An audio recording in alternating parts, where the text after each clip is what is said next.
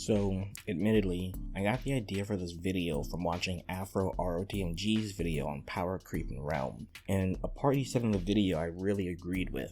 Cultist Tail would be really good for this situation. The reason I bring up this weapon is because I actually do see a lot of players calling Cultist Tail bad, because of how situational it can be. The thing is, the weapon excels in the situations it is used in. For the longest time, I've been of the mindset that weird and obscure items in Realm can still be useful in the right circumstances, and it's okay to not have items that gloomy and superior to add value to a group. Because of the sheer number of items in the game, it's easy for some useful UTs to fly under the radar completely. To use an example from the video he made, Cultist Tail, people say the item is bad, but never use it in the situation it's meant to be used in. Like fighting a parasite boss solo, which has 5,000 defense by the way, or in a small group with the item is amazing, because you don't need to rely on the barrels for damage, you can just dodge. Combine it with the ancient spell and you're an armor buster. Fighting an avatar with an Logmar? Piece of cake. Doing MBD? It's free damage. The point is, there's so many high defense enemies in the game that people would never think about. Like, did you know the Bluebird and Shatters have 100 defense? That's one of the highest defense fighters in the game along with the avatar itself. This goes for all the armor piercing weapons as well. They're all fantastic, they just need a proper setup to be the most useful. Next up is an item I've seen exactly 0 people ever mention, and I only found out it existed a few months ago, which is Seoul's Guidance. Never heard of it? Not surprising. It dropped from the 3rd boss of the cemetery or from Skull herself. A side note, did you know Skull was a girl? Not many people do, and it's always interesting when people find out. Anyway, the one has a 10% chance to proc a small flame thing that shoots enemies for 100 damage, then deals 500 damage over 5 seconds. After 5 seconds of its initial spawn, it'll fly away and explode and cause something to become cursed. This thing is amazing on Priest, because it allows you to focus on healing and dodging. If you're in something like a Void, and you'll still get plenty of DPS because you can spawn an unlimited number of flames to help you.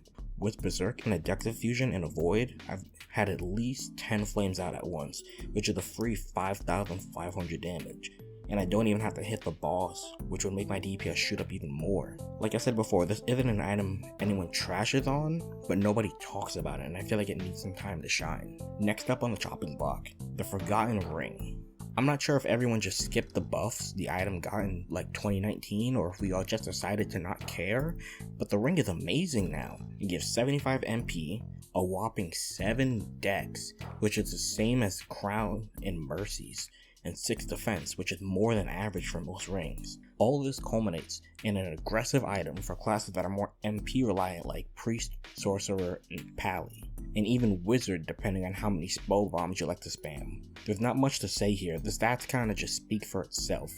Just because the item isn't best in the slot doesn't mean it's useless. Last item, before this video gets too long with me just rambling, is gonna be on the Skull of Endless Torment. Now we all know the massacre that happened to Puri in the combat update, and while it does suck a ton, one item that gained the effect was said Skull of Torment, albeit to a lesser degree. Looking at the Skull stats, it does a decent damage, gives some dex and defense, but oh wait, what's this?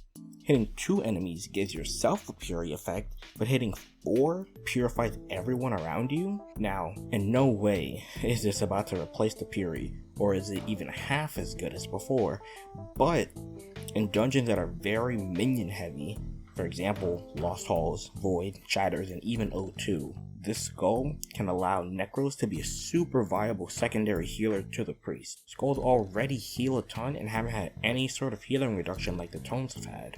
And you know what? While we're talking about skulls, we need some love for the Cultist Skull. The damage isn't bad, it gives you 666 in stats, which is on theme, and the curse is perfect for smaller groups or for soloing things, or even if you're lacking a mystic for whatever reason, while still providing a heal to you and the party. The skull gets way too much hate for me not to mention it super quickly here. This is just a tip of the iceberg at the end of the day.